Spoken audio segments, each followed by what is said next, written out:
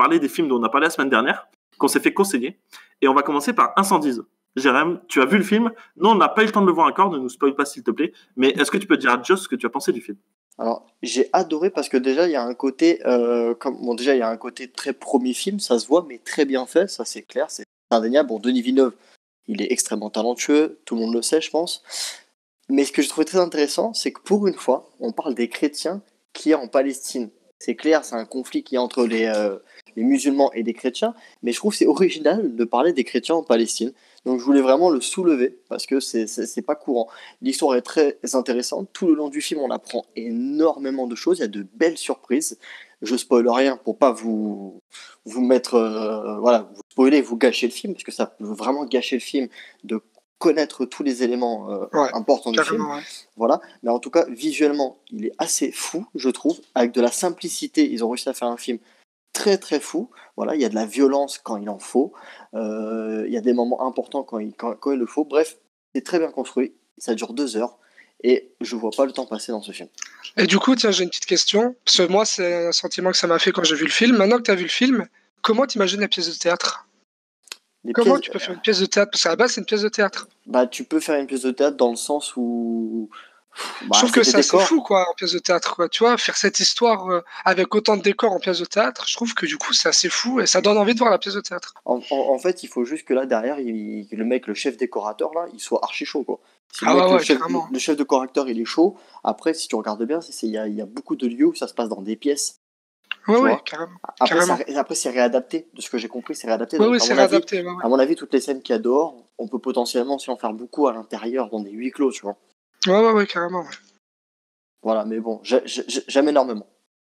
Merci pour ton avis. Content que tu aies pu le découvrir. N'hésite pas à me ramener mon Blu-ray local, s'il te plaît. Ça marche. Alors, le voir quand même.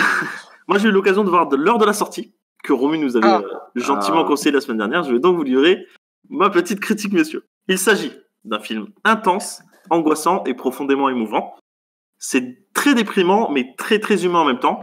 Comme Romu n'avait rien dit de spécial sur le scénario, bien que je trouve qu'il soit allé un poil trop loin, je vais vous en dire encore moins pour vraiment vous laisser la découverte.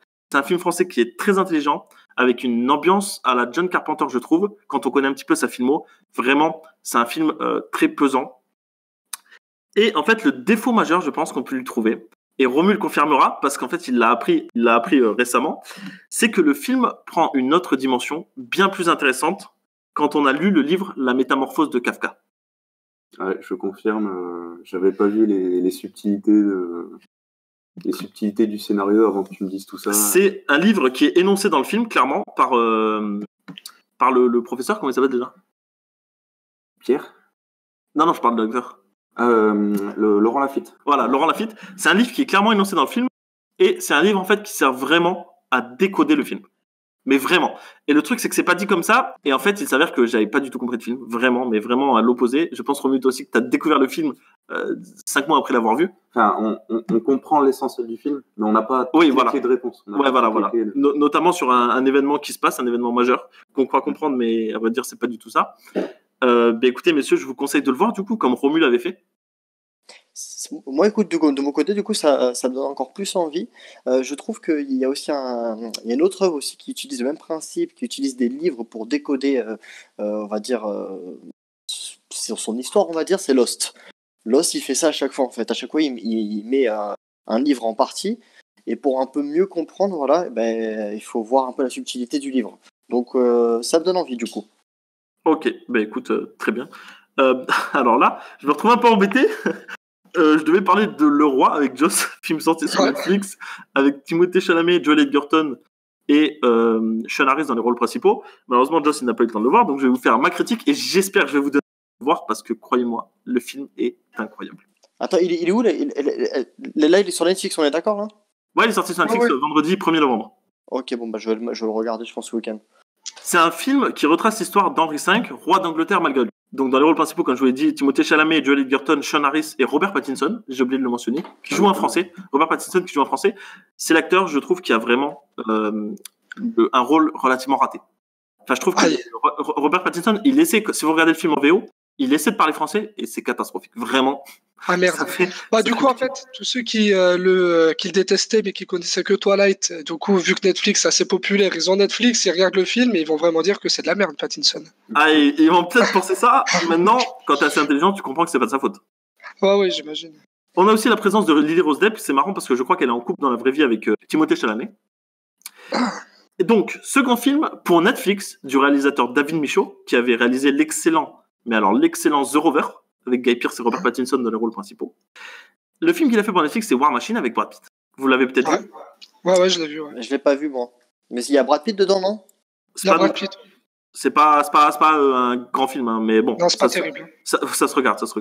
Donc, l'histoire d'Henri V, elle avait été réécrite par Shakespeare en pièce de théâtre. Mais là, le film s'en éloigne vraiment et le réalisateur réinterprète les événements historiques. Et croyez-moi, c'est franchement très bien vu. Le personnage d'Edgerton, de Chalamet et même la fin sont différentes de la pièce de théâtre. Et la réalisation est très brillante. Je pense à un plan séquence notamment sur un champ de bataille où on suit Timothée Chalamet qui est juste fou. La bande son, elle est un petit peu envoûtante, je dirais comme l'heure de la sortie, un petit peu pour faire un comparo. Maintenant, il y a vraiment le thème principal de The King qui est là, quoi. Et ce thème-là, quand on l'entend, c'est franchement jouissif. Scénario relativement bien écrit, acteur très bien dirigé. Le film a franchement tout pour séduire. Et je vous le recommande, car vraiment, le scénario est prenant. Du début à la fin, le film fait 2h20, mais du début à la fin, c'est vraiment prenant. Et écoutez, Timothée Chalamet, on commence à le connaître, mais il est vraiment, il porte le film. Au début, il a une gueule de con un peu, mais au fur et à mesure du film, ça se transforme et il est très très fort. Donc moi, je vous recommande le film, bien sûr.